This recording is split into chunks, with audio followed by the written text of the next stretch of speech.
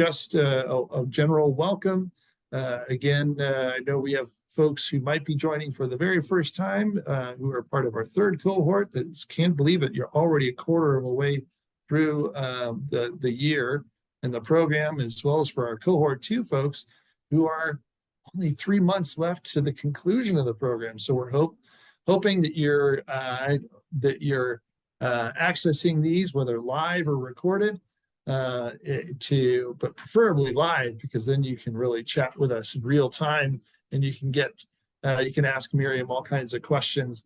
But I know Fatima and I want to especially mention for our cohort 2 folks that be expecting us to reach out to you individually over the next several weeks. We want to touch base with you as you begin to get closer to the conclusion of payments and for the program.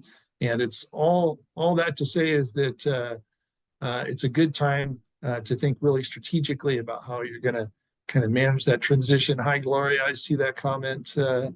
I know we wish we could extend things indefinitely. We know this is just such a great resource, and I've heard so many wonderful stories and know how it's helping folks out. But anyways, just be expecting Fatima and I to make a whole round of phone calls to all 80 of our households that are part of cohort 2. So with that said, if you ever have anything, a question or a concern, again, always feel free to reach out, call or email. Fatima and I will be glad to support you. Other than that, Miriam, thank you so much again for joining us again tonight. We're very grateful for our friends at Safe Credit Union. And go ahead and I'll let you take it away. And I'll hop off camera so I don't distract anybody with this beautiful sunset over San Francisco. All right, everyone. So as Kurt mentioned, we will feel free to engage in the chat. If you do have any United Way related questions, feel free to ask those as well in the chat so that Kurt can answer those. Welcome, everyone. As mentioned, my name is Miriam. I am a financial wellness educator with Safe Credit Union. And so our primary goal with regard to this is to provide education when it comes to personal finances and matters of finance, when it comes to aiming for financial wellness and then ultimately financial freedom. So today, this evening, our presentation is on relationships and money and matters of money when it comes to us being in relationships. As we know, it's always a tough discussion to have with one's significant other. And so hopefully today we will be able to go over some items that you might need addressing in your relationship. So we're going to go ahead and discuss some statistics first and foremost, because we are in the business of numbers. We're going to talk about how communication is key. Talk about also setting the foundation of trust when it comes to the conversation of money with your significant other. We're going to discuss financial infidelity and what that means and how one might unknowingly play a part in being financially unfaithful. We're going to talk about some relationship stages and, ideally where one should or could be at regarding the relationship stage and the conversation of money, and then some helpful resources. We always want to leave you with some resources that you can turn to when Kurt and I are offline, and just do a final recap. So with that, let's go ahead and dive right into our statistics. So when individuals were surveyed on Fidelity Couples and Money.com, a lot of the individuals on there had something to say when it came to their conversations with their partner and money. So 59% of those couples said that the topic of money is their greatest challenge in their relationship. 24% said that they are frustrated at their partner or with their partner's money habits and how they handle finances. 48% said that they disagree on the age that they plan on retiring. So one might have a number in their head of when they would like to retire, but their partner has a completely different idea on where they want their life to go and when they choose to end their career. 34% say that they disagree on the next savings goal that they have. So one might have an idea of where they should put their money for the next savings goal, while the other person has a completely different one. So If you feel like you fall into any of these categories with you and your significant other, don't fret. You are not alone in this. Everyone has challenges when it comes to the conversation with money. Um, some more than others. However, we have all been there. We're all probably still there. And relationships, like the conversation of money and getting financially well, are all a work in progress. So don't feel discouraged in your relationship or feel like you and your relationship are isolated as we go through this presentation, because I can guarantee you are not alone. So when it comes to keeping the topic of finances a productive one, it's really important that we remember to talk often, to set up, whether it means setting up recurring time or recurring date, that you and your partner discuss your combined finances and budget. It's also important to think about creating a shared budget spreadsheet that is either updated in real time or at least on a daily basis. That way, both you and your partner know exactly where you're at when it comes to your finances. For myself, I like to rely on what I see on my mobile banking app, and I like to look at what payments have been processed. I also have a calendar that I write everything down on. Whereas for my husband, what works for him is an Excel spreadsheet that he updates truly in real time. And so although I was initially annoyed that he created this big old thing that I couldn't understand, his is a lot more granular. And I have grown to appreciate it, especially because we have different types of savings goals that are coming up that we are hoping to achieve soon. So, because of his spreadsheet, I have been able to ask him, hey, where are we at with the finances? He's definitely been playing a bigger hand at managing our finances, or even knowing where our money is going or where it's at, than he has before. And I feel like although we still butt heads regularly when it comes to the conversation of money, we're definitely going in the same direction together. And that's, more importantly, what's important. When it comes to communicating, be open and willing to discuss your goals and your concerns. You are allowed to change your mind about goals that you and your significant other have decided on once before. But the key is to discuss the change of heart that you may have had with your partner in real time, to figure out a solution together. It's not one that you should be scared to tell your partner about, and it's not one that you should have to figure out on your own as well. This is a together type of conversation that you should have, not just feel like you're isolated and alone to have that. And obviously, it's no shocker that the topic of finances is a frustrating and sometimes an overwhelming one, especially when it involves another individual. So it's important for us to remember that your nonverbals in these discussions also matter. So sometimes it's not what you say or how you say it. It's sometimes not what you say at all, by closing your hands or looking at your phone. Your body language, if it's closed off, or if you are looking at your phone during this discussion, your partner might feel alone in that conversation, or take cues that you are giving off that may lead them to assume that you are uninterested or unwilling to work on a solution. Always, when it comes to these conversations, assume good intent with your partner. Even if your partner is asking about, these little expenses that may have been made that are annoying you, or that you may feel are being directed towards you in an accusatory manner, always assume good intent. This is another good example of, conversations that I've even had, when being asked, what was this purchase, just so that my husband could track it. It is frustrating, to have to remember and list off every single thing, but really it is for the benefit of both of you. So always remember that, you are in this game together. And speaking of games, it's really important that we avoid the blame game. This is probably the easiest way to shut down a conversation and to create an argument. And along with the blame game, avoid power plays. This is really important, especially if one partner is working and the other one isn't. One might be bringing home more money than the other. It is easy to tell your partner that, well, I'm earning more than you are, or I'm the one that's bringing in the income when asked about certain expenses, if they were unplanned or you didn't let your partner know about them. But if you are going to be a unit, then be a unit and leave the ego at the door. When it comes to discussing upcoming or unexpected expenses, discuss those in real time. Let them know what's coming up the moment that you find out that they are coming your way.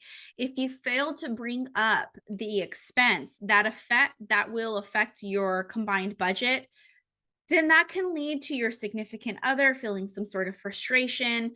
And not to mention, the plans that y'all have worked on together could be derailed, and there could be a lack of trust that you are now, or the trust that you are potentially losing from your partner because you're just not mentioning these things in real time. And therefore, your partner might not be able to rely on you to be on the same page with them and manage your finances together. And so, foundation of trust is really a big thing. It's important when discussing your finances that you start with that. You start with that foundation of trust. You need to make sure that you are showing all of your cards. And if you expect your partner to be honest with you about their financial situation, you should also be prepared to share your spending habits, your debts, whether it was before or after the relationship, your earnings, and your savings goals, both immediate goal savings goals and long-term savings goals. And once you feel as though your relationship is um, in a serious stage, each person in the relationship should have equal access to financial information and statements, especially to combined accounts and loans. Now, here's caveat. Sharing account information on individual accounts should be based on your comfort level. If you feel like you're in a serious relationship and you feel as though you're going in a direction that is going to lead to permanent combined finances, then maybe you feel more comfortable showing them this. But if you don't feel like you're there yet, it's not a question of, should you continue with this relationship or not. It's based off of comfort. So when it comes to your individual accounts, if you feel as though you're comfortable giving them access to that, by all means. But when it comes to the combined finances, the combined loans, each person that is on that account should have the same amount of access to said accounts. Another tip when it comes to building out a foundation of trust when it comes to your finance is reviewing your credit reports together, especially if you are going to go into the adventure of buying a new home or, getting a lease together or even getting a car together or even putting each other's names on the same cell phone plan. One should have an idea of what their credit history looks like. Each should know exactly what to expect going into this and know each other's borrowing behaviors. Even if you're not in a relationship, I always caution individuals that if you are going to be a co-borrower on a loan or be an authorized user on a credit card, you should always know the other individual's spending and money habits. That way, you're not putting yourself in a predicament of financial risk and you are not hurting the relationship if things were to go awry because of the other individual and their habits and you're learning of it too late.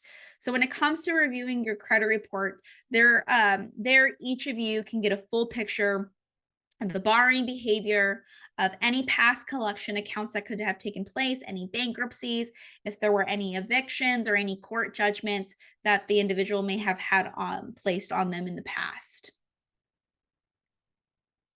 So now when it comes to financial infidelity, which to me is a rather new term that I have recently learned about. So according to Investopedia.com, financial infidelity occurs when couples with combined finances lie to each other about money.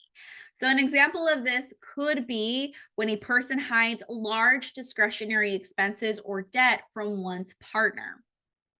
To continue with this, possible signs of financial infidelity could be only one person has access to financial statements and refuses to share or grant the other person account access to their joint accounts. Unexplained withdrawals or money transfers from your joint account to one's personal account that you do not have access to. A reluctance or easily frustrated when the topic of money comes up.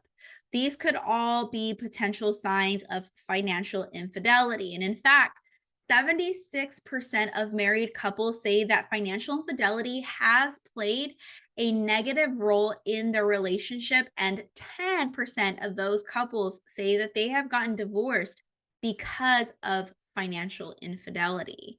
And according to the article that was written by BBC.com, that is where this information really comes from.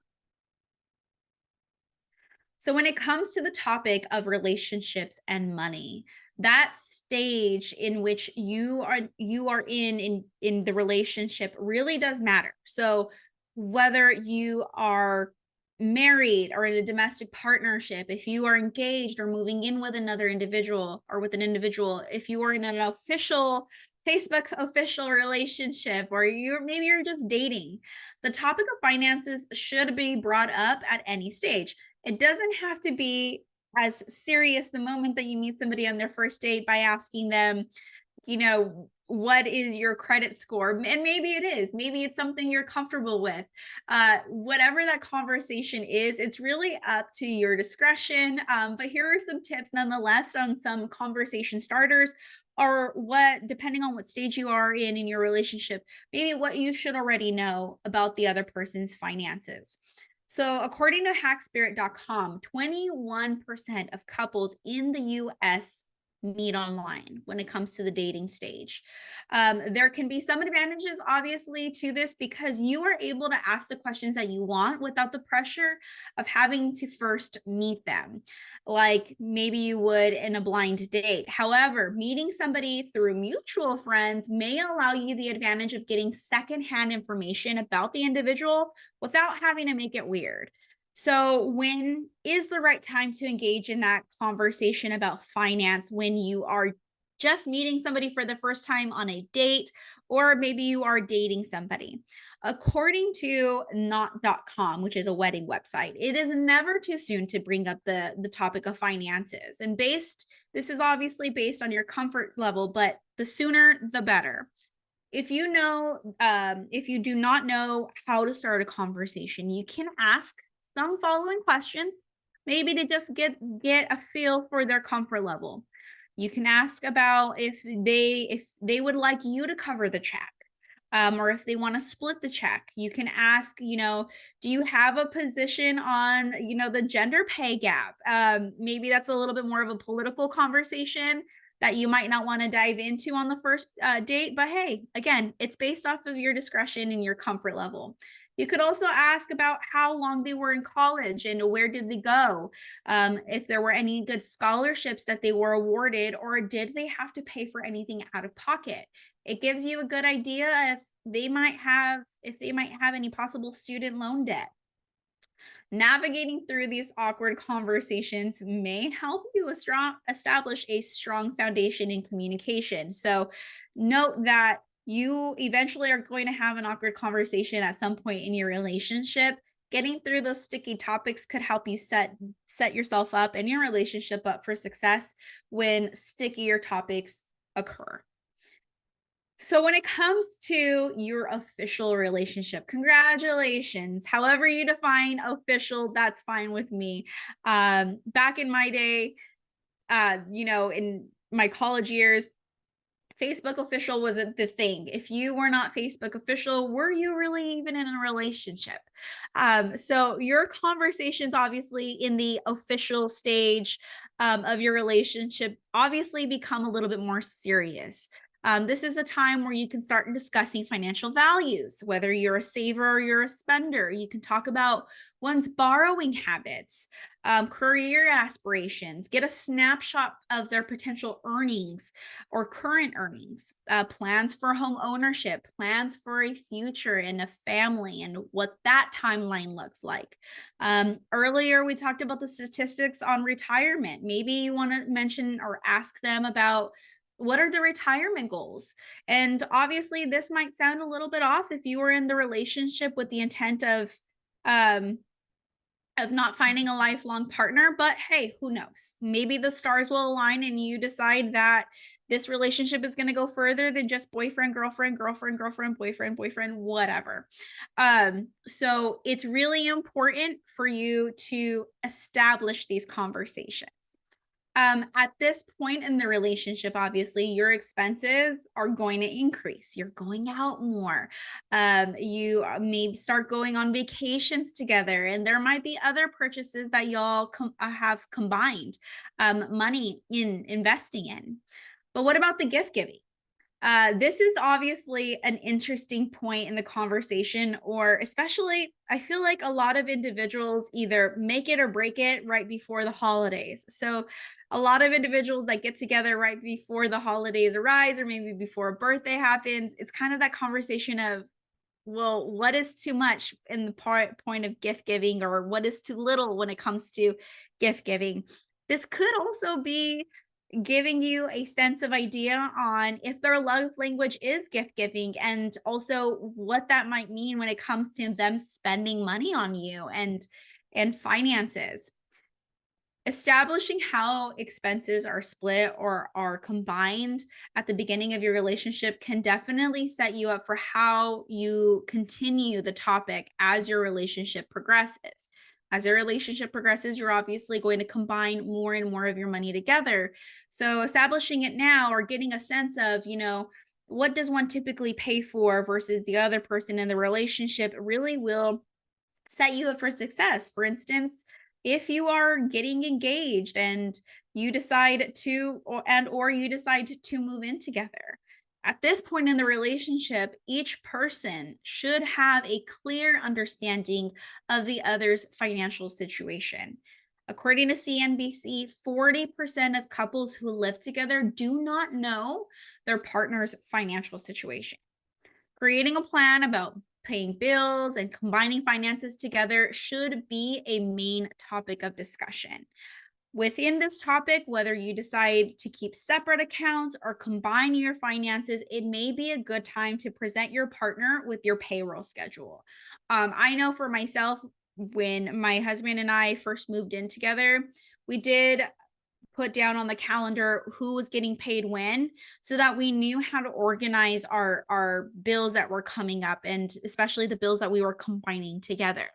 It wasn't something that we decided that we needed to end that moment combine our accounts together, because we just weren't there yet. But nonetheless, we did share the financial responsibility of paying our bills. And so we figured out a system that worked for us. Mind you, a little bit sticky, but we eventually got there. But that is definitely something that y'all should have a conversation about. Asking who will manage the finances, who will pay the bills, and ensuring that you both are staying on track with your budget. Now, when it comes to any of those three things that I just mentioned, it doesn't have to be a one-person task. Identify your strengths and incorporate that into your financial routine. Understand that this process is going to be all trial and error. As you're going through the motions of your relationship, as y'all are going through different obstacles in your relationships, things are going to change when it comes to managing your finances. Your finances are going to look different, as is your lifestyle. So it's really important for you to understand that though you might get it right the first time, there might be something in life that happens to both of you that is going to shift how you are managing your finances, or how you once did. If you are in a relationship for the long haul, now may be a great time to start establishing some long-term savings goals together. If you're planning for a wedding, ask each other, what is the budget? Who is paying for what? Are you for or against borrowing money to cover the cost of a wedding? This is a huge one because a lot of individuals have this idea that they're getting married, great.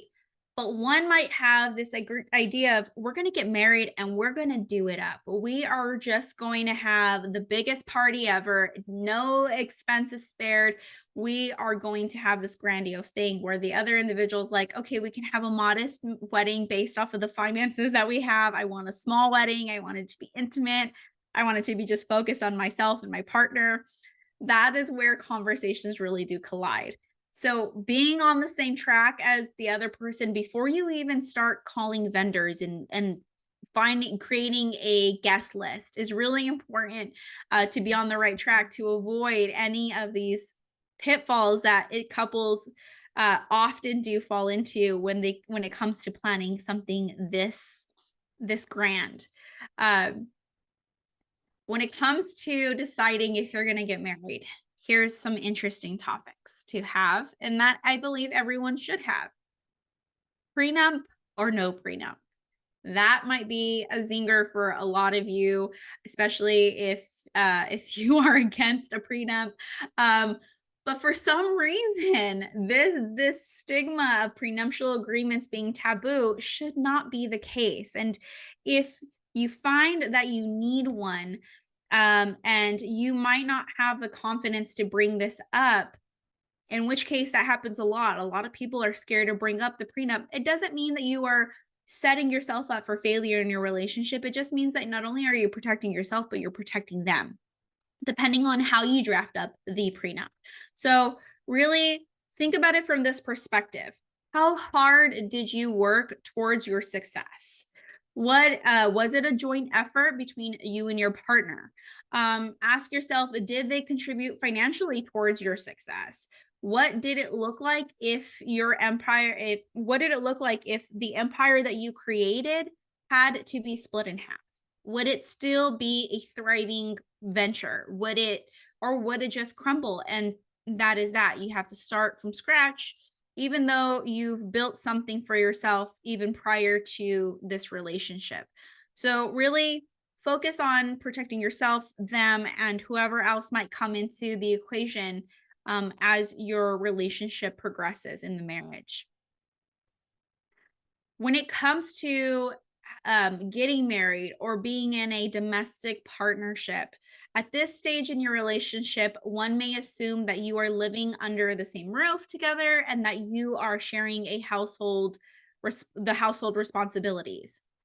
As our life progresses, it is important to audit your household budget as frequent as you see fit or as your financial situation changes. Be aware that unless you agreed otherwise, you have now inherited your partner's pre-marriage debt, unless there has been an agreement that y'all are going to keep that separate. That's why putting all of your cards on the table from the start is very, very important. Those debts may affect your savings plan, if you do not adjust accordingly. Perfect example is your student loans. A lot of the time, people are not paying off their student loans right after they get out of college. A lot of the times we are extending, what a payment looks like, or prolonging how long it's going to take us to pay off that debt. And typically by that time, you are traditionally in a relationship where you are combining finances, but that loan is still there. That debt is still there even after you are in a relationship. So it's up to you to decide with your partner if you're going to keep that separate or if you would like it to be a combined effort to hurry up and pay off those student loans. And that can really derail you if you do not have that kind of conversation, or agreement established. And speaking of derailment, have you and your partner established or had a conversation regarding financial security if one of you is unable to continue to contribute towards the household income? Have you established life insurance? Who are your beneficiaries and at what percentage of your retirement or life insurance will they get? If you are in a domestic partnership, which is a relationship title that is valid in the state of California. It may be more difficult for you to receive your partner's retirement or life insurance funds. So that's one thing to keep in mind. And that's why estate planning and establishing a trust before a catastrophe strikes is very, very important. Because California is a common law state, if one decides to divorce their spouse, um, each may split their assets 50-50. In which case, if during your marriage you have established a strong source of income for yourself and you have the ability to create a postnuptial agreement, by all means do so. And yes, postnuptial agreements are a thing. You can do that. If you are in a state that deems a domestic partnership, a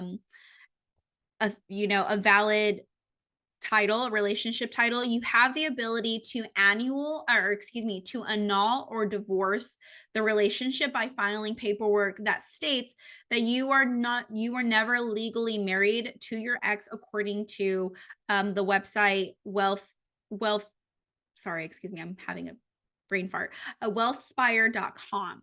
According to this website, it gives you certain guidelines that you can follow if you do need to annul or divorce yourself from a domestic relationship. Keep in mind that obviously this is all secondhand knowledge that I am giving you.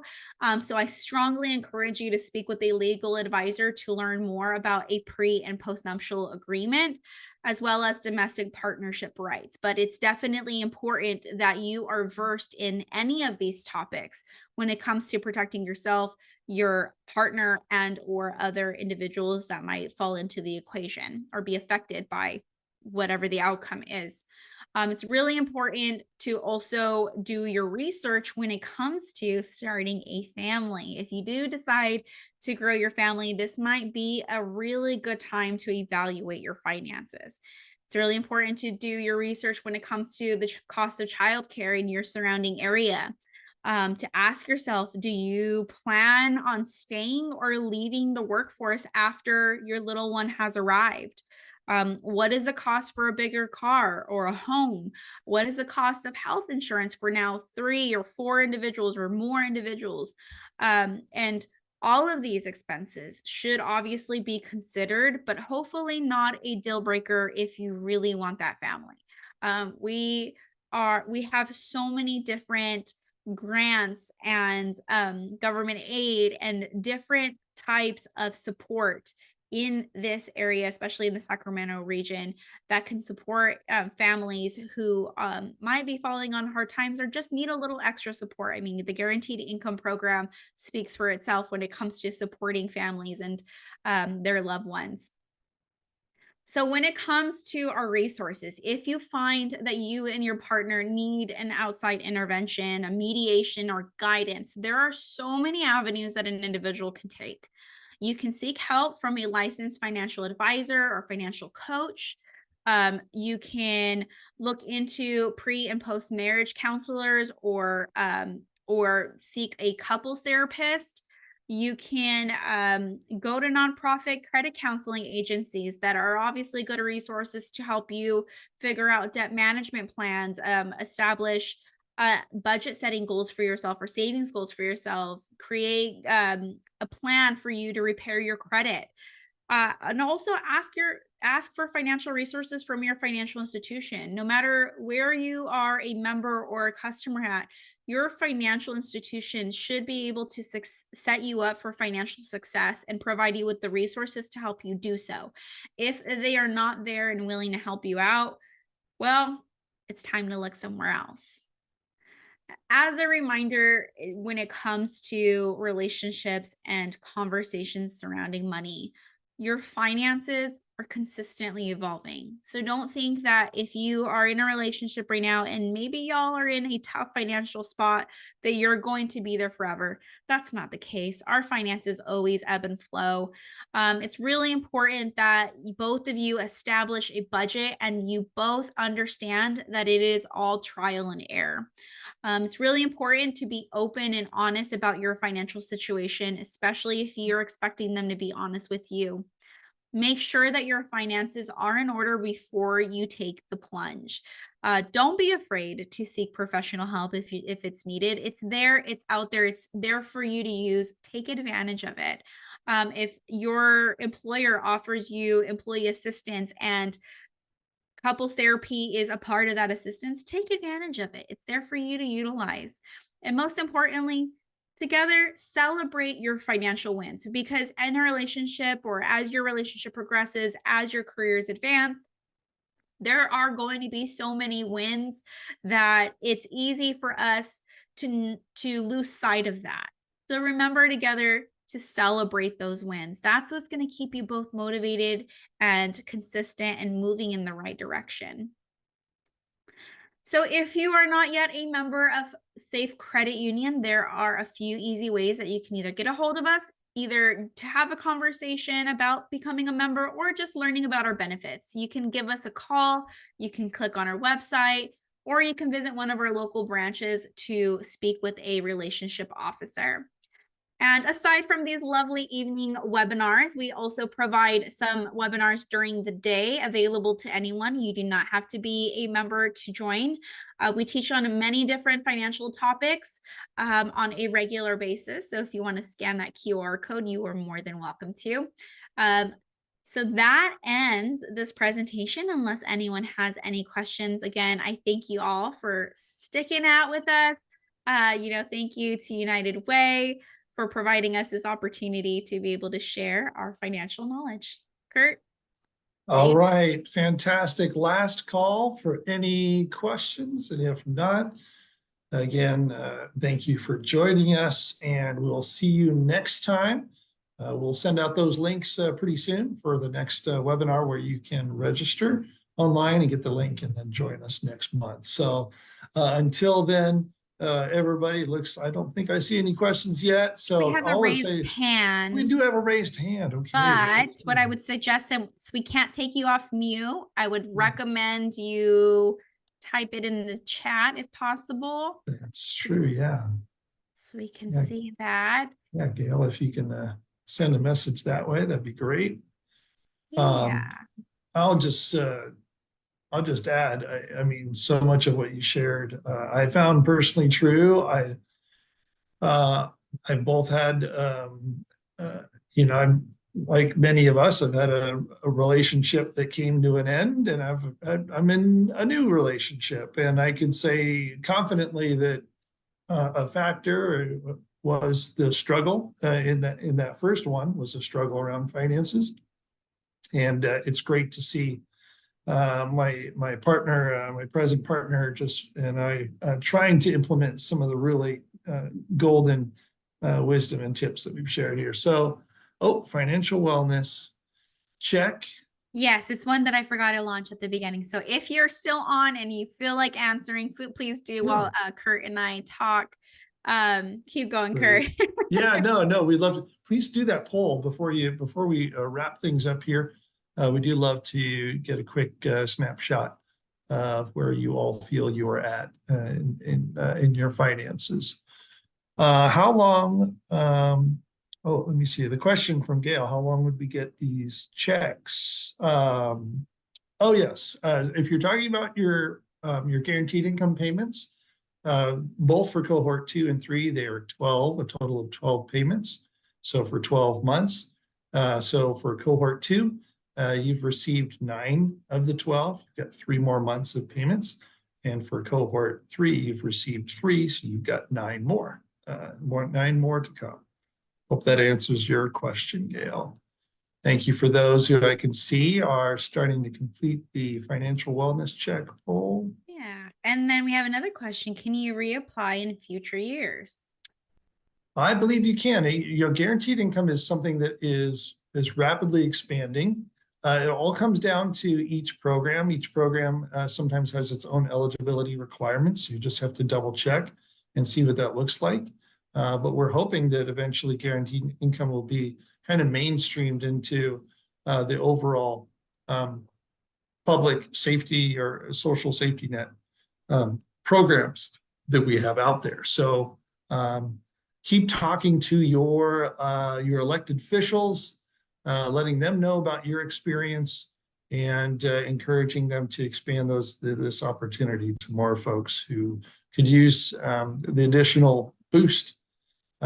We know at a nationwide level, for example, when there was the direct child tax credit payments that were going out, is that now almost 2 years ago? That it had a substantial impact on many people. Child poverty rates tumbled to a historic lows. So we know this form of helping people out, providing direct cash aid, can be a real boost and help people make progress in moving in a financially healthier space. So yeah, thanks for asking that question, and keep checking back in as far as here locally. Keep checking the United Way website, our guaranteed income program. We'll always be updating that when there are new cohorts that are going to be planned. Any other final thoughts there, Miriam? Do we want to share the VITA at all? Sure, why not? Let's do a real quick, so people can see. So if no one has heard of VITA on this call, which I hope all of y'all have, it's a really good resource that United Way offers.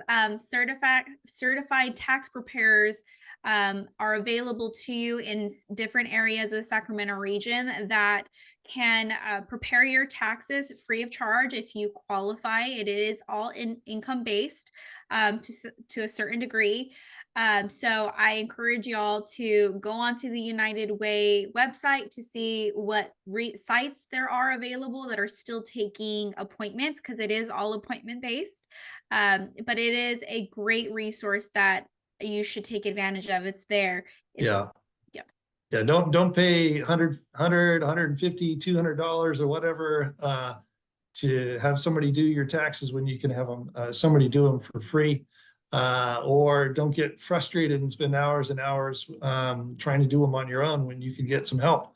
So, and actually the way to schedule those appointments, dial 211. If you dial 211 and you just say, I want to sign up for to get my taxes prepared, they will know exactly what to do and get you signed up for the program. So nice. All right. One Thanks last for mentioning that. Mm-hmm. One last question. Where can you reapply for the cohort?